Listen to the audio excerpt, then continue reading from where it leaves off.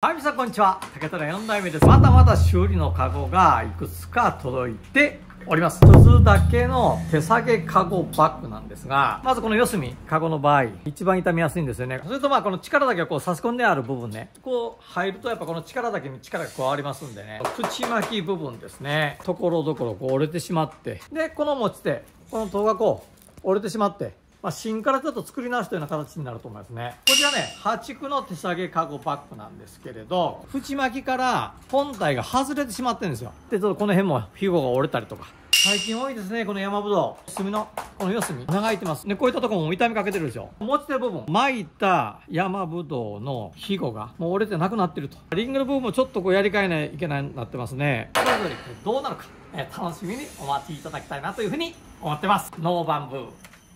ノーライフ。最後まで動画をご覧いただいてありがとうございます。グッドボタン、チャンネル登録よろしくお願いいたします。